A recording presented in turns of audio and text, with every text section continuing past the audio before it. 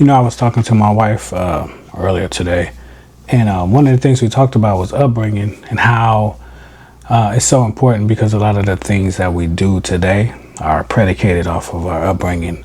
And I started thinking back about my upbringing and some of the stuff that I had been through, and it really was like a movie. It's really like a book to relive some of those thoughts and some of those memories that I've been through that actually have made me the man who I am today, but also have there was a lot of hurtful things that went on in my early childhood years. I was separated from my mom a couple of times. My mom was an alcoholic, and I remember living in a stable but yet unstable home.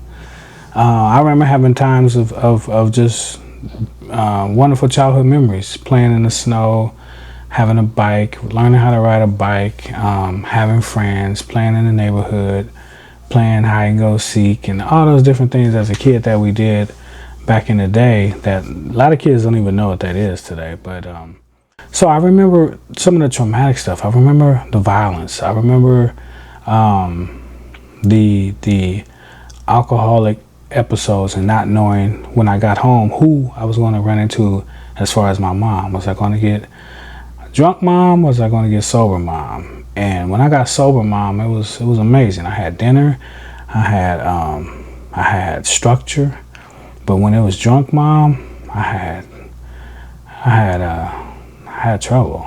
I had issues. So I know a lot of us, especially black men, or especially men in general, we grow up in some of these environments and we don't realize and understand how they affect us until we become adults and we have children. Because the last thing we want to do, if you were traumatized by that experience, the last thing you want to do is put your kids through that. So for men that continue the cycle that, grew up in alcoholic homes and then they grow up and become alcoholics, they didn't break the curse. They didn't break the generational curse. They didn't break the cycle. And I was one of those individuals, man. I refuse to grow up and have my children go through what I've been through. And in some ways, it's kind of hurt them because they're soft.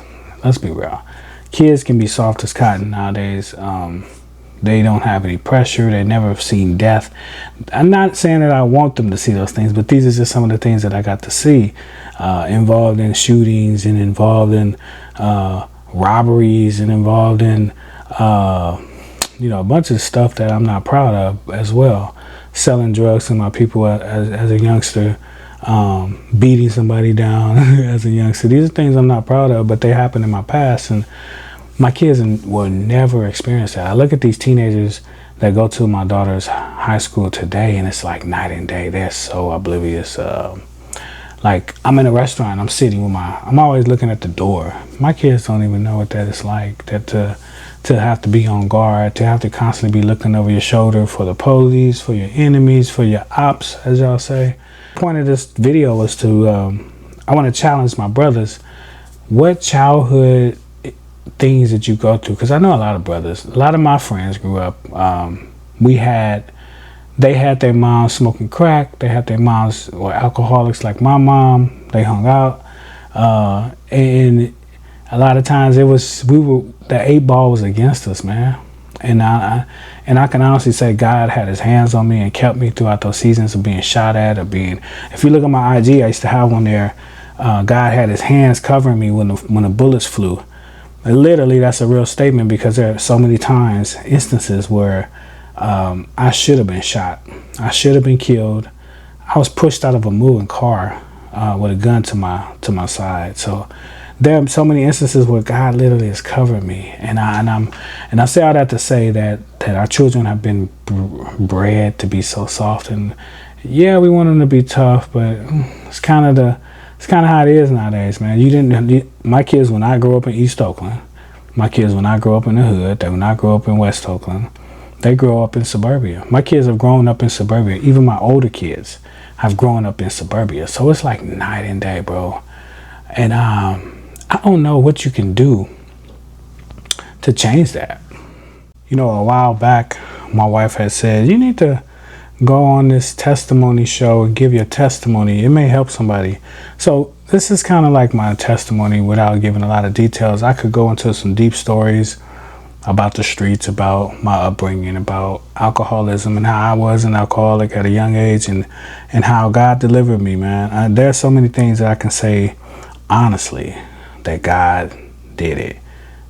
Kept me, covered me, protected me when I didn't know what I was doing. I put a loaded gun to people's head at a party and pulled the trigger and nothing happened. So again, should not be here, but by the grace of God, I am. And those people weren't hurt, murdered, killed, whatever. So all I'm saying is that, what instances in your life do you know for a fact that God kept you through it? Whether you were in prison, whether you were in jail, whether you hurt somebody, whether you got hurt, what instances in your life did God protect you from? And let's come together and let's continue to give God glory for where we are today. A lot of us are in a great place today. A lot of my brothers are successful, and they're doing big things in their lives, and I just want to honor God in this video, honestly, for the testimony of my life, of having made it out of the jungle, made it out of the hood, made it out. In Oakland, we didn't have gangs, we had turfs, made it out of the turfs, man, made it out of the 90s, made it out of East Oakland, made it out of high school. A lot of my friends died in high school. So God is so good, brother. I want y'all to get in a place of where we are actually in humility, in a humble state of appreciation, because that's what we should be, because he covered us and he kept us. Y'all be blessed, never stress, and never, ever, ever settle for less. Yee.